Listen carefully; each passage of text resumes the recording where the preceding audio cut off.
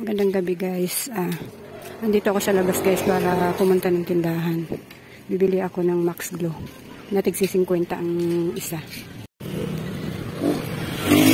Paglabas mo dito sa labasan namin guys, makikita mo mga tindahan dito.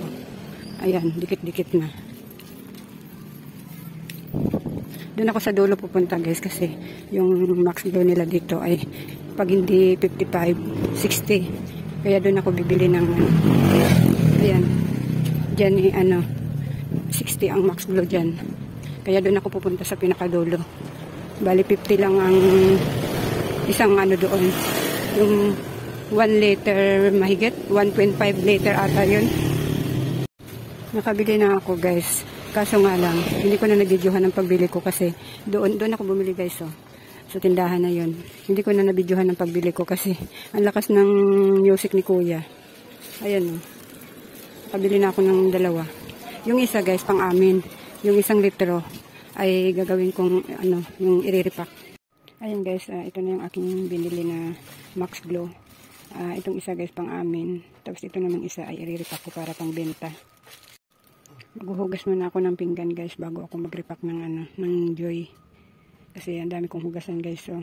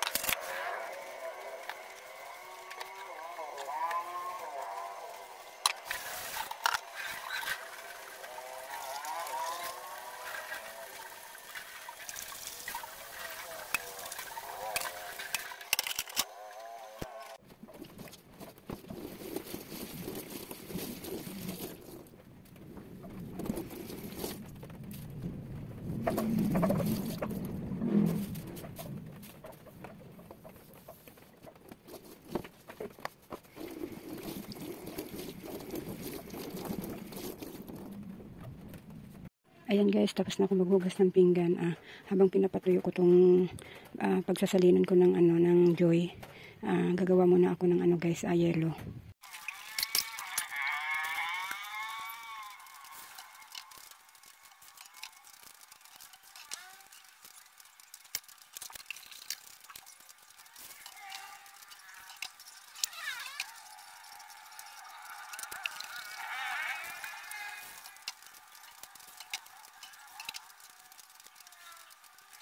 Ayan guys, tapos na ako gumawa ng yelo. Bali, 8 piraso lang ginagawa ko guys kasi ilan-ilan lang naman yung nabili sa akin ng yelo at saka isa pa. Hindi ako pwede maglagay ng marami guys kasi mayroon din akong hotdog na tinda. Hindi na magkasya. Kaya bali 8 lang ginagawa ko. Minsan sa isang araw nauubos, minsan naman hindi. Minsan sa isang araw may natitirang 2. Ayan.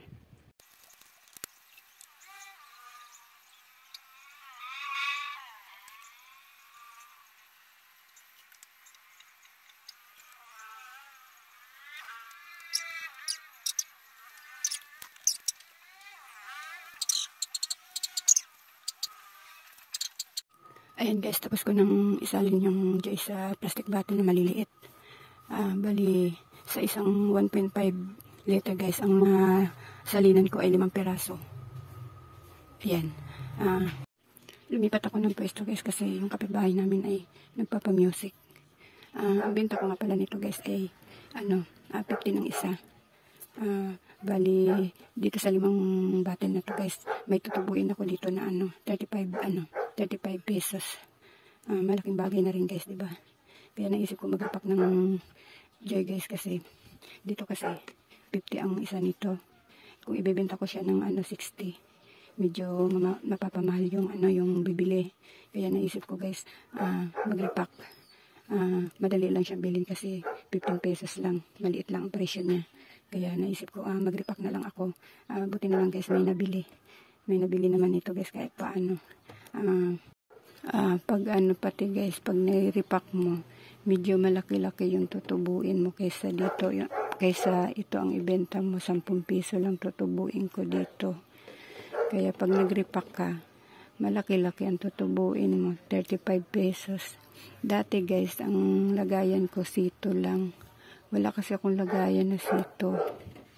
Dati guys, pag sito yung lagayan ko, may natitira pa akong konti panggamit-gamit namin. Ayun guys, kung may tindahan kayo guys, ganyan na rin ang gawin nyo guys. Mag-repack kayo guys para medyo malaki-laki ang tutubuin nyo.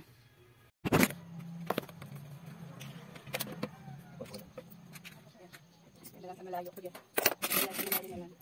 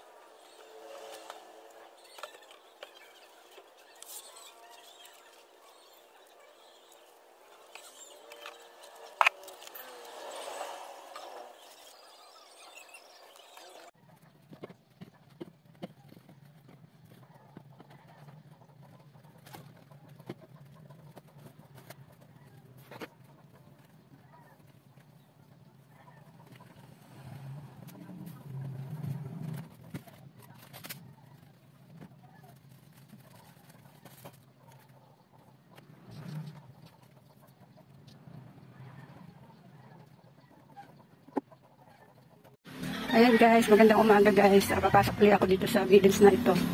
May umorder kasing peanut guys. Titingnan ko kung may luto siya kasi kahapon nagsabi ako. Magluluto pa daw siya. Titingnan ko kung may luto na kasi dadalhin nga yung tanghali ng anak ko sa SM. At saka may isa na akong binayaran doon. Bali ang kukuhanin ko ngayon 3. Yung isa may bayad na, yung 2 na lang babayaran ko. Malapit na ako sa kanila guys. Sana mayroon. Kuya, mayroon? May nakaluto si kuya kahapon ng ng peanut ng hapon. Ay, dito po. Mamaya ko po. Oy. Isa lang po lang sa dito. Mamaya ko po. Sayang guys, hindi siya nakaluto. 3 pa naman yung na-order sa SMA. Anong pitsa naman? 22? 25 ang sahod ng SM. Mamaya pa siya magluluto. Ayan guys, yung isa na lang nakuha ko, yung binayaran ko kahapon. Sana pumayag yung katrabaho ng anak ko na bukas ibigay kasi sa 25 kasi guys, sahod na nila. Sana makaabot man lang bago sumahod. 22 pa lang ata ngayon guys 23 bukas, sana makaluto si kuya mamaya. Pupunta muna ako dito sa anak ko guys. Ayan guys, pauwi na ako, galing na ako dun sa anak ko. Bali, isang peanut lang nakuha ko ngayon guys kasi bukas pa daw, mamaya pa daw siya magluluto. Kala ko naman kahapon nagluto na siya. Sayang naman. Sana makaabot pa bukas yung aking ibibigay sa SM. Ayan guys, dumating na yung 2 peanut ko. Dineliver na dito ng aking inorderan. Ayan, yung isang piraso guys, hindi ko na pinadala kahapon sa anak ko kasi hinintay ko na lang dumating tong 2 para sabay-sabay na ang dala ng anak ko kasi nakakahiya naman kung isa lang ang dadalhin ng anak ko kaya hindi ko na pinadala. Ayan, bukas pa madadala ng anak ko to guys kasi rest day pala ng anak ko ngayong Lunes ngayon guys, rest day pala niya. Kaya bukas pa niya madadala ito. 24 na bukas guys, alanganin na ang pagbibigay ko ng peanut. Alam niyo ba guys, malaking bagay din na nagpapautang ako ng ganito sa katrabaho ng anak ko kasi bawat isa kasi nito guys may 20 pesos ako. Tulad niya nakalima ako guys, may 100 na ako guys, kaya malaking bagay na rin yung 100 guys. Ayan guys, hanggang dito na lang muna itong vlog ko guys. Maraming salamat sa panonood at suporta.